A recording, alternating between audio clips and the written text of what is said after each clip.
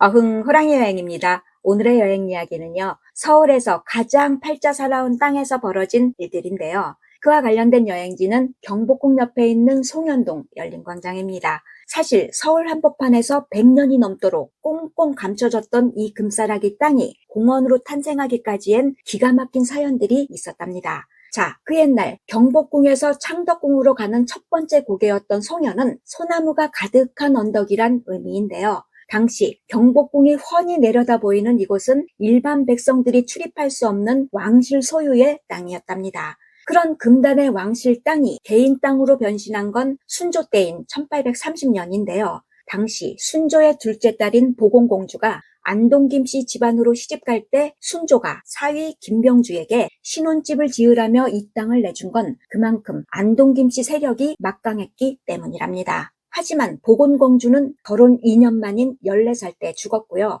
그 바람에 자식이 없어서 집안의 아이를 양자로 들여 살던 김병주도 34살 젊은 나이에 죽었을 뿐만 아니라 손자인 김석진 또한 1910년 한일병합에 항거하면서 스스로 목숨을 끊었답니다. 그로 인해 일제강점기에 이 땅은 윤덕영, 윤태경 형제에게 넘어갔는데요. 윤덕영은 한일병합 당시 순종의 옥새를 뺏어서 나라를 넘기는 문서에 도장을 꾹 찍게 한 1등 공신이고요. 거기에 동조한 그의 동생 윤태경은 순종의 장인이랍니다. 그렇게 나라를 넘겨주고 부귀영화를 누린 친일파 형제가 이곳에다 나란히 삐까뻔쩍한 집을 짓고 살았는데요. 남해동까지 끌어다 펑펑 쓰며 살던 윤태경은 결국 빚쟁이들에게 쫓겨서 중국으로 도망갔고요. 윤덕영의 집 또한 1938년에 일제의 수탈기관이던 조선식산은행에 넘어가면서 은행 직원들의 숙소가 들어섰답니다. 하지만 1945년 해방 후엔 일본인들이 물러난 그 자리를 미국이 떡하니 차지하면서 이제는 미국 대사관 직원들의 숙소로 사용됐는데요.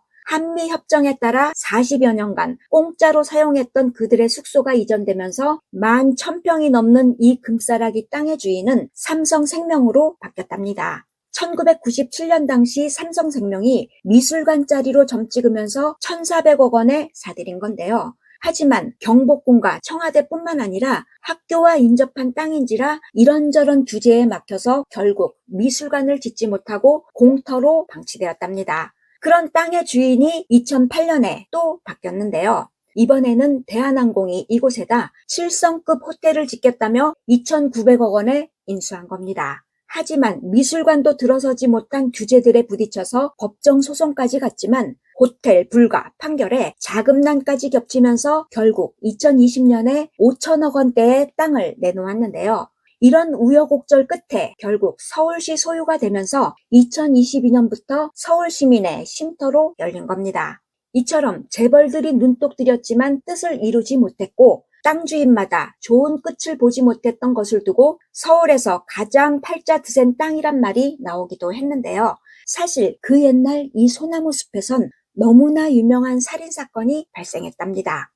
1398년에 목이 잘려서 죽은 피해자는 바로 조선 건국 1등 공신인 정도전인데요. 당시 잘 나가던 정도전이 조선 건국 6년 만에 하필이면 왜 이곳에서 그렇게 죽은 걸까요? 자, 1342년생인 정도전은 고려 공민왕 때인 20살 무렵에 과거에 급제해서 공무원의 삶을 시작했는데요. 하지만 당시 떠오르는 명나라를 배척하고 몰락하는 원나라만 떠받드는 대신들을 겁도 없이 비판해오던 정도전은 결국 그 대신들의 노여움을 사서 33살 때인 1375년에 전남 나주로 유배를 떠났답니다. 바로 그 유배 생활이 평범하게 살아오던 정도전의 인생을 확 바꾼 계기가 됐는데요. 당시 툭 하면 몰려와서 탈탈 털어가는 왜구들을 막지 못하는 무능한 정부로 인해 비참하게 사는 백성들을 목격한 겁니다. 그런 정도전의 유배형은 2년 만에 풀렸지만 복직되지 못한 채 이곳저곳 떠돌이 생활을 했는데요.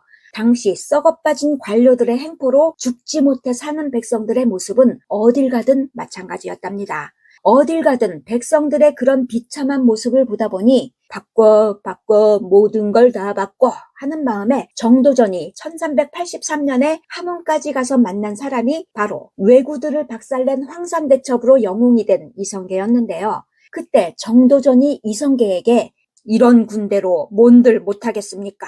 라며 속마음을 슬쩍 내비치고 간 겁니다. 그런 군대를 가지고 1388년에 요동정벌에 나섰던 이성계가 위화도에서 슬쩍 돌아와 권력을 장악하면서 결국 1392년에 조선이 건국된 겁니다. 하지만 새로운 조선 왕조는 초장부터 삐걱댔는데요. 태조 이성계가 즉위한 지 한 달 만에 발표한 개국 공식 명단에 정도전 못지않게 공을 세운 이방원이 빠진 겁니다. 그러니 당시 조선 건국의 큰 걸림돌이었던 정몽주까지 죽여가면서 아버지를 도운 이방원 입장에선 당연히 불만도 컸을 텐데요. 그래도 내심 세자짜리를 기대하며 꾹꾹 참았을 겁니다.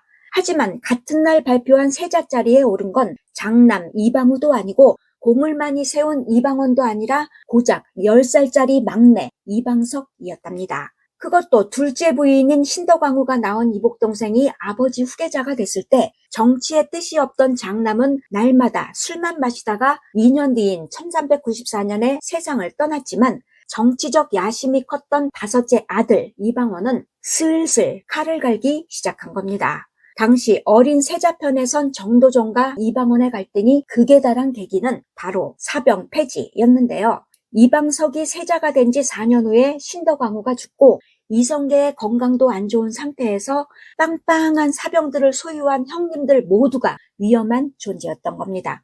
그런 상황에서 당시 명나라 황제에게 올리는 문서의 글귀가 경박하다고 트집 잡으면서 문서를 들고 간 조선 사신들을 억류한 명나라 태도에 정도전이 요동정벌을 계획했는데요. 이때 전쟁 준비 일환으로 왕족들이 거느린 사병들을 나라의 군인으로 편입시킨 겁니다.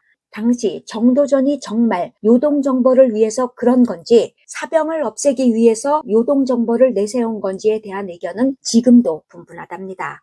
어쨌든 그로 인해 꼼짝없이 사병을 뺏기고 앙심을 품은 이방원을 두고 살짝 방심한 게 정도전 입장에선 큰 실수였는데요. 당시 이성계가 병중이어서 왕자들이 경복궁에 모여있던 날 밤에 같은 개국공신인 남은의 첩집에서 몇몇이 모여 술을 마신 겁니다. 사실 정도전은 조선 설계자 이미지와 달리 때론 신발을 짝짝이로 신고 나올 만큼 좀 덜렁대는 성격이었다는데요. 그때 하인이 신발이 짝짝입니다요 하자 정도전이 이렇게 말 타고 가면 오른쪽 사람들은 오른쪽 신발만 볼 거고 왼쪽 사람들은 왼쪽 신발만 보니까 괜찮아 하면서 그냥 갔다는 얘기도 있답니다. 어쨌든 정도전이 술을 마신다는 정보를 입수한 이방원이 궁을 슬쩍 빠져나와서 측근히 살짝 모아온 사병들을 이끌고 그 집으로 쳐들어간 겁니다. 그때 이방석의 장인인 신호생을 비롯한 몇몇은 그 자리에서 죽었지만 정도전은 간신히 이웃집으로 피신했는데요. 하지만 집주인이 배가 불룩한 사람이 우리 집에 숨어있다 라고 신고하면서 결국 죽었답니다. 당시 태조실록에 의하면 정도전 일당이 남은의 첩집에 모여서 임금이 위독하다며 왕자들을 궁으로 불러들여 죄다 죽이려고 작당했다. 그런 정도전이 엉금엉금 기어나와 살려달라며 목숨을 구걸하다 죽었다 라고 했지만 이는 승자의 입장에서 정도전을 비굴한 인간으로 조롱하려는 의도가 담긴 거란 의견이 많답니다. 그런데 정도전은 하필이면 왜 여기에서 죽었을까요? 당시 남은의 첩집뿐만 아니라 정도전의 집도 이 근처였는데요. 지금의 종로구청 자리가 바로 정도전의 집이었답니다. 자, 정도전은 종종 술자리에서 한 유방이 장자를 기용한 게 아니라 장자방이 유방을 선택한 것이다 라고 했다는데요. 그 옛날 항우를 물리치고 한나라를 세운 유방의 책사였던 장자방을 그렇게 언급한 건 결국 자신이 이성계를 선택해서 조선을 세웠다는 걸 취중 진담처럼 했던 겁니다. 그런 정도전을 제거하고 훗날 결국 왕이 된 태종 이방원은 자신이 죽인 정몽주는 의도적으로 충신의 아이콘으로 띄운 반면에 정도전은 배신자의 상징으로 부각시켰는데요. 그렇게 역적으로 처단된 정도전이 공식적으로 사면복권된 건 고종 때인 1865년으로 당시 아들 대신 왕노릇하던 흥선대원군이 경복궁을 중건하면서 그 설계자인 정도전의 명예를 회복시켜 준 겁니다. 정도전은 경복궁뿐만 아니라 그 안에서 펼쳐질 정치 설계자이기도 했는데요. 나라의 근본은 백성이니 백성을 위한 정치를 해야 한다라는 게 정도전의 생각이었답니다. 하지만 핏줄로 물려받는 왕조 국가이다 보니 태어나면 그냥 왕이 되는 이들 중에선 멍청하거나 쪼다 같은 왕이 나올 수도 있고 폭군도 나올 수 있다는 게 정도전의 큰 고민이었는데요. 그래서 내세운 게 바로 신하들이 국정을 맡는 신권 정치였답니다. 군주의 권한은 딱 두 가지다. 하나는 재상을 임명하는 것이고 또 하나는 그 재상과 나랏일을 의논하는 것이다. 당시 정도전이 쓴 헌법서인 조선경국전에 딱딱 못 박아둔 문구인데요. 그 시대에 똑똑한 신하들이 정치하면 설령 이상한 왕이 나오더라도 아무 문제 없다는 것이었답니다. 뿐만 아니라 나라의 근본인 백성의 마음을 얻지 못하면 백성이 임금을 버린다라고도 했는데요. 수백 년 세월이 흘러 뜬금없이 비상계엄을 선포했던 윤석열도 결국 나라의 주인은 국민이라고 한 대한민국 헌법에 의해 쫓겨났답니다. 자, 그러니 앞으로는 정말이지 국민들을 위해 일하는 대통령과 정치인들만 나오면 좋겠습니다. 오늘 얘기 끝. 구독, 좋아요, 호라이가 부탁해요.